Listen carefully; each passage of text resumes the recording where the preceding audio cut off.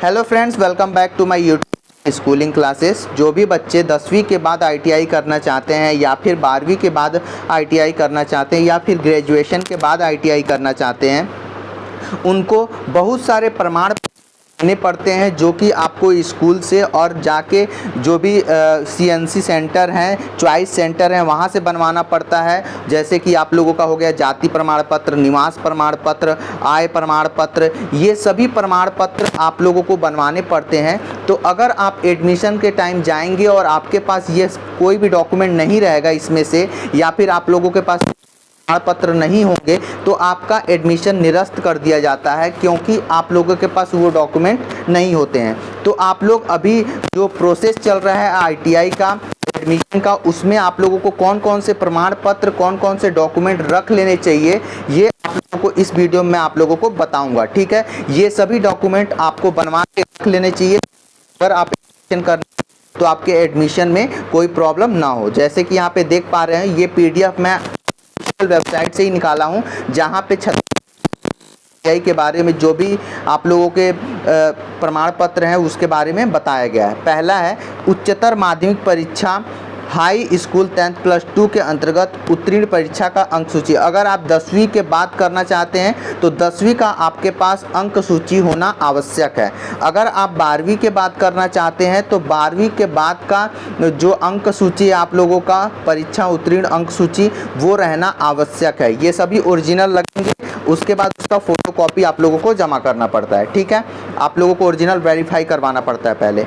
उसके बाद अनुसूचित जाति, एसटी, एससी, ओबीसी, जो भी बच्चे इस कैटेगरी में आते हैं, एसटी, एससी, ओबीसी मतलब अनुसूचित जाति, अनुसूचित जनजाति और अन्य पिछड़ा वर्ग, इसमें जो भी बच्चे आते हैं उनका स्थायी जाति प्रमाण पत्र होना अनिवार्य है। मतलब आप लोग का स्थायी जाति प्रमाण पत्र, जो कि आप लोगों का कलेक्टर के द्वारा या तहसील ऑफिस के द्वारा या तो पटवारी के द्वारा ऐसे बनता है, वो आप लोगों का स्थायी जाति प्रमाण पत्र होना आवश्यक है। ये 3 चीज़ इम्पॉर्टेंट है। जो सामान्य वर्ग के बच्चे हैं उनके लिए जाति प्रमाण पत्र की आवश्यकता नहीं होती है, लेकिन जो एसटी, एससी, ओबीसी में आएंगे उनके लिए स्थायी जाति प्रमाण पत्र होना आवश्यक है। अगर कोई बच्चे ऐसे हैं निःशक्त जन, मूक बाधिर या अन्य जो भी निःशक्त जन है या तो मूक बाधिर है, मतलब कि जो गूंगे बहरे लोग हैं, प्रमाण पत्र पंचायत एवं समाज कल्याण विभाग द्वारा निर्धारित प्रपत्र के जिला मेडिकल बोर्ड द्वारा आप लोगों का ये होना चाहिए। मतलब कि जिला मेडिकल बोर्ड के द्वारा आप लोग जो भी निःशक्त जन है, जो कि मूक या बाधिर है, उनको एक प्रमाण पत्र पंचायत देती है, समाज कल्याण विभाग देता है। तो आप लोगों के लिए ये बहुत ज़्यादा ज़रूरी है। ठीक है, ये प्रमाण पत्र जिला मेडिकल द्वारा होना चाहिए। जिला जो चिकित्सालय होता है वहाँ पर जाकर आप बनवा सकते हैं। ठीक है, नेक्स्ट 5वां नंबर पे है स्वतंत्रता संग्राम सेनानी अथवा उनके पुत्र पुत्री। जो भी ऐसे बच्चे हैं जिनके पिताजी स्वतंत्रता संग्राम में सेनानी थे, मतलब जो पार्टिसिपेट किए थे देश के आज़ादी में, उनके जो भी पुत्र हैं, पुत्री हैं, या उनको एक प्रमाण पत्र दिया जाता है जो जिलाध्यक्ष द्वारा बनाया जाता है। अगर आप इसमें से आते हैं तो आप उसके भी प्रमाण पत्र रख लेंगे। ये सब आप लोगों का जो अच्छा कॉलेज है उसमें जाने के लिए बहुत ज़रूरी होता है। ठीक है, उसके बाद आप लोगों को यहाँ पे जो इम्पोर्टेंट है मैं आपको बता दूँ ताकि आप लोगों को कोई प्रॉब्लम ना हो। देखिए यहाँ पे है, उसके बाद यहाँ पे नेक्स्ट है, आप प्रमाण पत्र की छाया प्रति एवं गरीबी रेखा के अंतर्गत हो तो राशन कार्ड की छाया प्रति।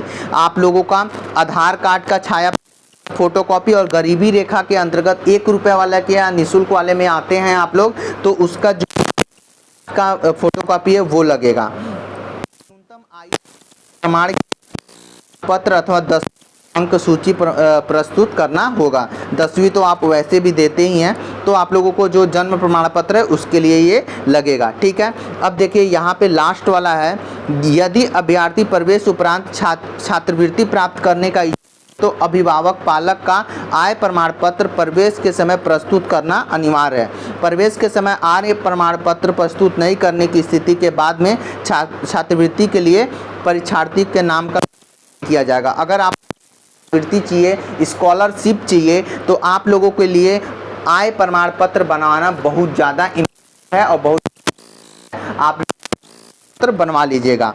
उम्मीद करता हूं कि आप लोग ये सभी जो भी प्रमाण पत्र थे इसके बारे में समझ गए होंगे। तो आप लोग ये सभी प्रमाण पत्र ले जाकर, एकदम इम्पोर्टेंट है आप लोगों का। देखिए, निवास प्रमाण पत्र, निवास तो आप लोगों को कैसे भी बनवाना ही बनवाना पड़ेगा। जाति प्रमाण पत्र, जाति उन बच्चों के लिए जो ST SC OBC इम्पोर्टेंट है, और जो बच्चे वो लेंगे स्कॉलरशिप लेंगे उनके लिए पत्र पिताजी का बनवाना, ठीक है। अगर समझ आया हो तो प्लीज शेयर करें एंड सब्सक्राइब करें। Thank you.